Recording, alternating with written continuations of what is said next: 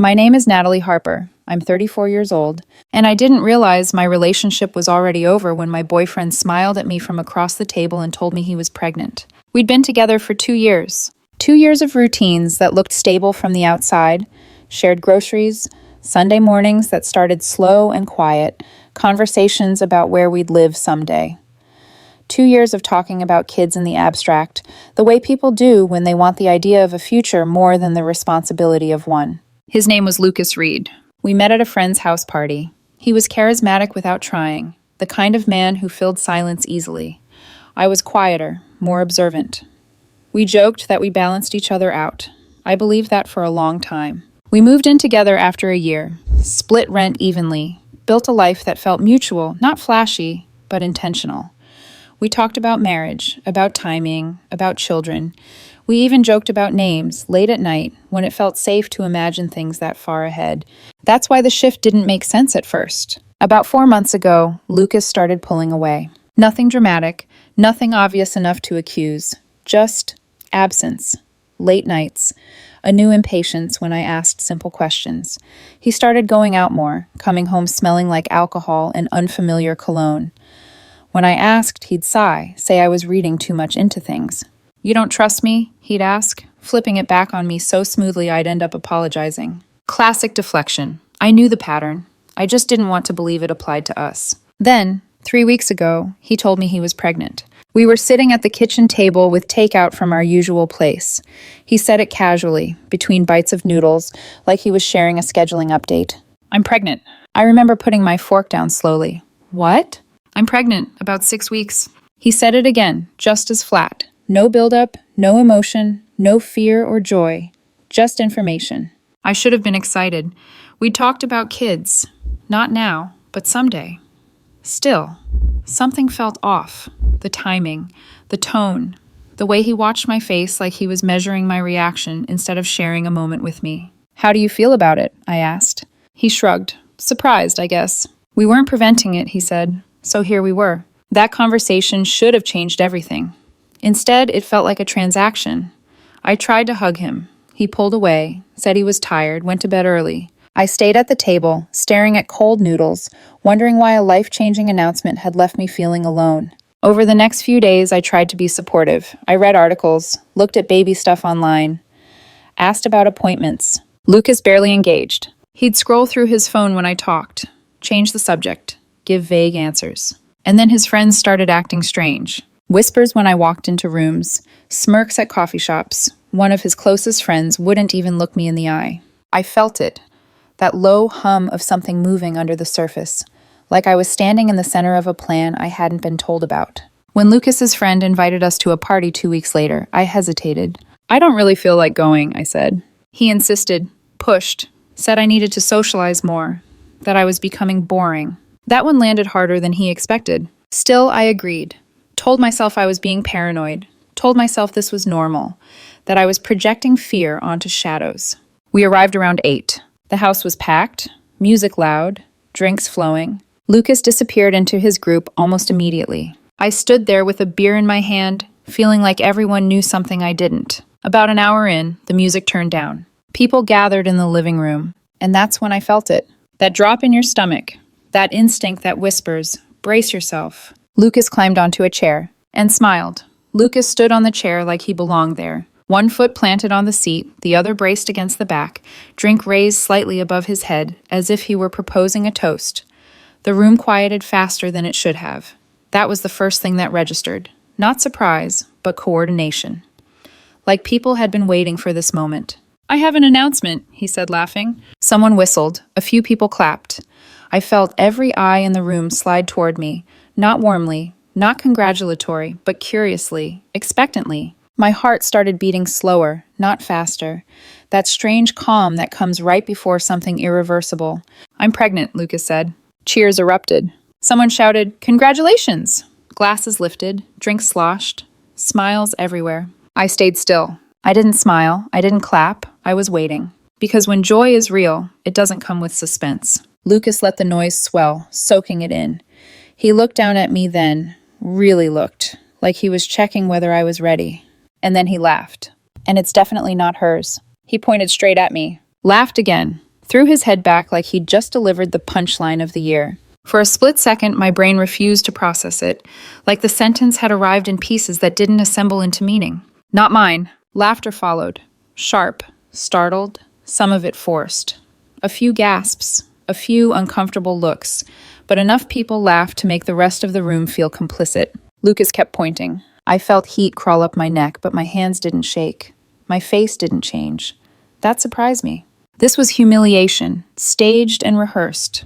And suddenly, everything from the last 4 months snapped into place with horrifying clarity. The distance, the secrecy, the way his friends had been watching me. This wasn't a drunken slip.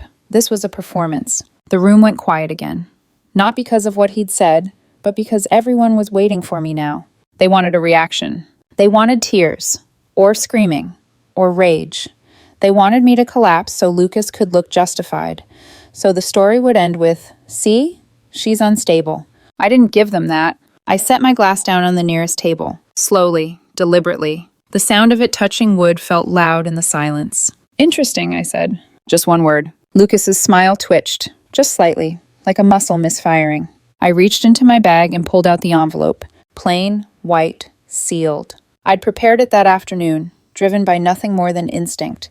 The same instinct that had been screaming at me for weeks that something was coming, that I was being maneuvered toward a moment I wouldn't control unless I planned ahead. I walked past the couch, past people frozen mid-expression, up to the coffee table in the center of the room. Lucas was still on the chair now, but he wasn't laughing anymore. I placed the envelope down carefully, right in the middle of the table. "For when you're ready, to be honest," I said. I didn't explain. Didn't look at him again. I turned and walked out. Not fast, not dramatic. Just walked. Behind me, I heard murmurs start to rise, confusion replacing confidence. By the time anyone thought to stop me, I was already outside, the cool night air hitting my face like oxygen after suffocation. I got into my car. Drove away. My phone started buzzing before I reached the end of the block. Texts, calls, notifications stacking so fast the screen lagged. Lucas. His friends. Numbers I barely recognized. "What was in the envelope? You need to come back. This is insane. Everyone's freaking out." I didn't answer. I drove straight to my older sister's house. And for the first time that night, when I rang her doorbell, my hands finally started to shake. My sister Rachel opened the door in sweatpants and an old college hoodie, her hair pulled into a messy knot that said she hadn't been expecting company at 10 at night. She took one look at my face and stepped aside without asking a single question. "Come in." The moment the door closed behind me, the composure I'd been running on cracked just enough for my knees to feel weak. I didn't cry. I didn't sob or collapse the way people expect when something shatters. I just sank onto her couch and stared at the wall like I was still watching the room I'd left behind. Rachel sat across from me, quiet, waiting. When I finally spoke, my voice sounded steadier than I felt. "He stood on a chair," I said, "and told a room full of people the baby wasn't mine." Her jaw tightened instantly. I told her everything. The pregnancy announcement at dinner. The flat tone. The way Lucas had pulled away when I tried to touch him. The missed appointments. The evasions. The friends whispering. The party. The laughter. The pointing. The envelope. By the time I finished, Rachel's hands were clenched into fists in her lap. "That wasn't a joke," she said. "That was a setup." I nodded.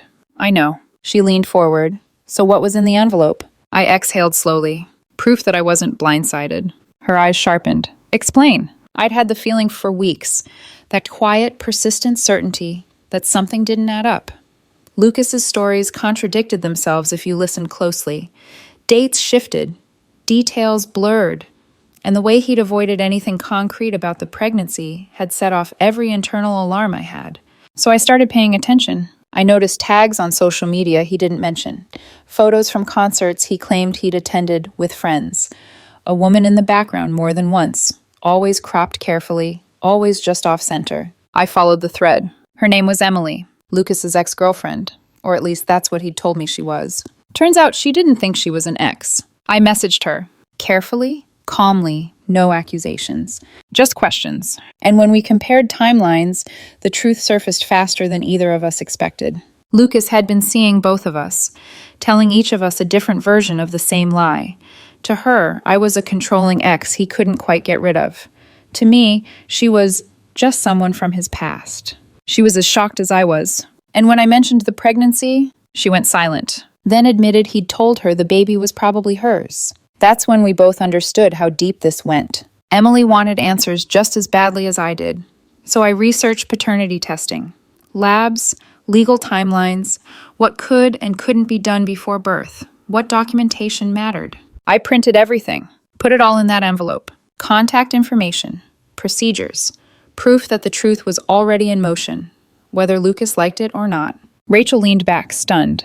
You walked into that party already 3 steps ahead of him. Yes, I said. I just didn't know he was going to be cruel enough to make it public. She shook her head slowly, a grim smile tugging at her mouth. He thought he was humiliating you, she said. He didn't realize he was exposing himself. That night, I slept on her couch. Not well. My mind replayed him laughing, pointing, the way the room had leaned towards spectacle instead of decency. But underneath the anger and disbelief, something steadier had taken root. Clarity. By morning, my phone was still blowing up, and I already knew I wasn't going back. By morning, the shock had burned off. What was left was resolve. I turned my phone back on around 9. The screen flooded instantly. Missed calls stacked on top of each other, messages overlapping like static. Lucas's name dominated the list. Where are you? You embarrass me. Everyone thinks you're unstable. Call me. Please. I was drunk. I didn't mean it like that. I read them in order, detached. The emotional arc was predictable.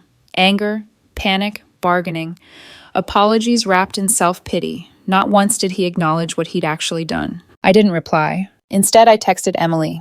Are you still willing to meet? She answered almost immediately. Yes, I didn't sleep. Neither did he. We agreed on a coffee shop downtown. Public, neutral, no drama. The kind of place where conversations are overheard just enough to keep people honest. Emily arrived 5 minutes early. She looked nothing like the caricature Lucas had painted for me. Not unstable, not obsessive, just tired. Dark circles under her eyes, hands wrapped tightly around a paper cup like she needed something solid to anchor herself. So, she said quietly, this is real. Yeah, I replied, it is. We sat there for a moment. 2 women connected by the same man's lies, neither of us sure where to begin. He told me you were an ex, she said finally, that you wouldn't let go, that he was scared of how you'd react if you knew about me. I almost laughed, not because it was funny, but because it was so perfectly inverted. He told me you were just someone from his past, I said, a friend he'd bumped into, someone I was being paranoid about. Emily closed her eyes. Jesus. We compared messages, photos, dates, everything lined up with brutal precision. When he'd said he was working late, he'd been with her.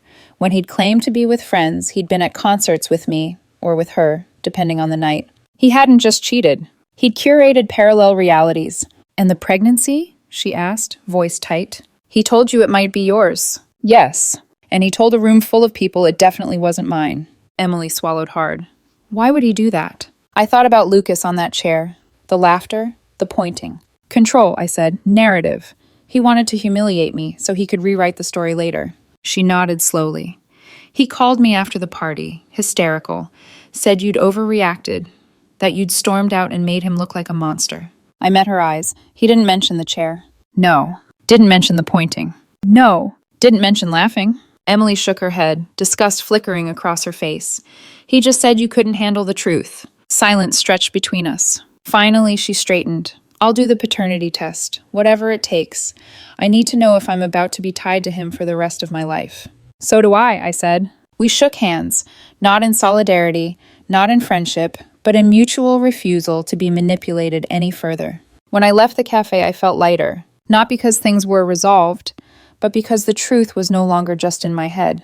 That afternoon, I called a lawyer, explained the situation, the lease, the shared finances, the pregnancy. He told me I was smart to act quickly, that too many people wait for closure that never comes. By evening, I had paperwork in motion to remove myself from the apartment and disentangle my life from Lucas's. That's when he showed up at Rachel's house, unannounced. Desperate. Rachel answered the door. She doesn't want to see you, she said flatly. I just need 5 minutes, Lucas pleaded. Please, this is all a misunderstanding. I stepped outside before she could shut the door on him. He looked wrecked, eyes red, hair unkempt, confidence stripped down to raw panic. What was in the envelope? He asked immediately. I tilted my head. Does it matter? Yes, he said. Everyone's asking. I look like an idiot. You stood on a chair and told a room full of people the baby wasn't mine, I replied. You made yourself look like an idiot. I was drunk, he said. I didn't mean it. It was a joke. Jokes are supposed to be funny, I said. That was humiliation. He reached for my arm. I stepped back. We can fix this, he said quickly. Counseling, therapy. We don't have to throw everything away. We? I asked softly. His mouth opened, closed. You already did, I said. I'm done, Lucas. He stared at me like the words hadn't landed. Then his voice dropped. You're really leaving. Yes. And the baby? We'll know the truth soon, I said. Whatever it is, I'm not staying. He broke then. Tears. Real this time. I need you, he said. I looked at him, really looked, and felt nothing. You need accountability, I said, not me. I went back inside. Left him standing on the porch. For the first time since this started, I slept through the night. The fallout didn't come quietly. It came in waves, texts first, then calls, then people showing up in places they shouldn't have been. Lucas didn't stop trying to reach me after that night. Neither did his friends. Neither did people who had laughed or watched or said nothing when it mattered. I moved my things out of the apartment while he was at work. Rachel came with me. We worked fast. Clothes, documents, my laptop, the things that were mine and only mine. I didn't take anything sentimental, nothing that required a conversation. I wanted no excuse for future contact. The landlord was surprisingly understanding. He wouldn't be the first, he said quietly when I explained I needed off the lease. People think drama starts loud. Usually it starts months before. By the end of the day, my name was gone. Lucas found out that night. My phone lit up again. You can't just leave. You're abandoning me. I'm pregnant. Everyone thinks you're heartless. That word came up again and again. Heartless. As if staying after betrayal was proof of compassion. As if self-respect was cruelty. Then his friends stepped in. Messages from numbers I recognized and some I didn't. She needs support. You're punishing her. Be the bigger person. This isn't about you anymore. I didn't respond to most of them. But one message stopped me. It was from Maya, his closest friend. The one who'd hosted the party. The one who'd been whispering, smirking, watching me. She made a mistake. We all do. You don't have to destroy her life over it. I replied once. She cheated on me for months. She lied to me. She stood on a chair and humiliated me in front of everyone you invited. And you knew. A pause. Then, we thought you knew. I stared at that sentence for a long time. You all laughed. I blocked her. Blocked all of them. Anyone who'd been in that room. Anyone who'd laughed. Anyone who'd known and stayed silent.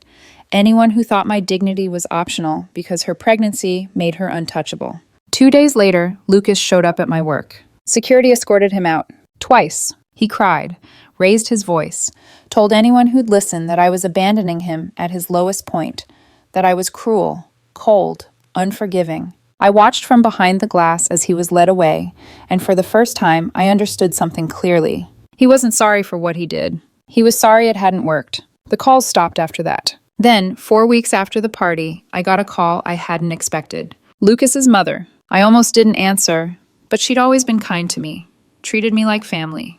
So I picked up. I heard what happened, she said softly, and I feel like I'm not getting the full story. I told her everything. The chair, the laughter, the pointing, the lies. There was a long silence on the line. Oh my God, she whispered. He didn't tell me that. He didn't tell anyone, I said. Not honestly. Is the baby yours? She asked. I don't know, I said. We're doing a paternity test after it's born. If it is, I'll do what's right, but I won't be with him. I understand, she said. And for the first time since this started, someone from his side actually meant it. She apologized, over and over, said she hadn't raised him to be this way, that she supported whatever decision I made. When the call ended, I sat in silence for a long time. Not sad, not angry, just finished. The test was scheduled. The truth was coming. And for the first time since the night he climbed onto that chair, I felt something close to peace. 3 months after the party, the baby was born. A boy, healthy, according to the message Lucas's mother sent me. 7 pounds, full head of dark hair. The kind of details people share when they're trying to remind you that a situation is human, even when it's been poisoned by lies. I read the message once, then set my phone face down. The paternity tests were done 2 weeks later. Emily and I both submitted DNA. No drama, no confrontation, just procedure. Swabs, signatures, quiet rooms that smelled faintly of disinfectant and finality. The results came back on a Tuesday afternoon. I was sitting alone in my new apartment. 1 bedroom, small, clean, mine. No shared lease, no compromises disguised as teamwork.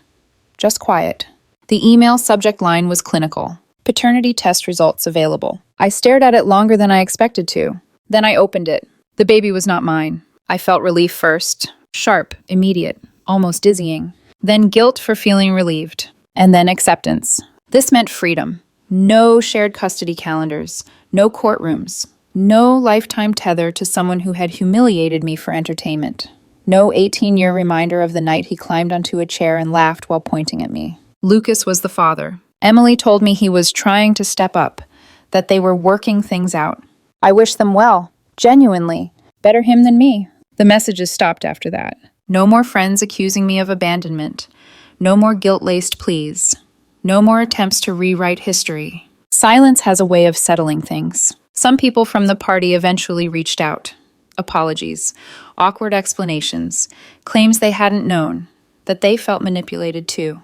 I accepted some, ignored others. I wasn't interested in repairing rooms I no longer lived in. I started therapy, not because I was broken, but because I didn't want this to calcify into something bitter. I wanted to understand why I'd ignored my instincts for so long, why I'd needed proof instead of trust in myself. Dating came later, slowly, carefully. Every delay still made my chest tighten. Every vague answer set off alarms. But I learned to listen to that instead of talking myself out of it. The envelope was never about revenge. It was about preparation. I'd known something was coming. The smirks, the whispers, the way his friends watched me like they were waiting for a cue. So I prepared quietly, methodically, without drama. When Lucas climbed onto that chair, he expected me to crumble, to beg, to scream, to give him the reaction that would justify his story. Instead, I gave him one word, one envelope, and one exit. He wanted public spectacle. He got public consequences. I didn't need to stay and watch the envelope get opened. Didn't need to see the expressions change when people realized I wasn't surprised, that I'd already been 3 steps ahead. By the time the truth spread through that room, I was already gone. Already protecting myself. Already choosing dignity over chaos. I'm 34, single, calmer than I've been in years. I learned that some people will humiliate you publicly just to feel powerful for a moment. I learned that preparation beats reaction every time. And I learned that walking away quietly can be more devastating than any argument. He climbed on a chair expecting me to fall apart. Instead, I walked out, with my dignity intact, and I never looked back.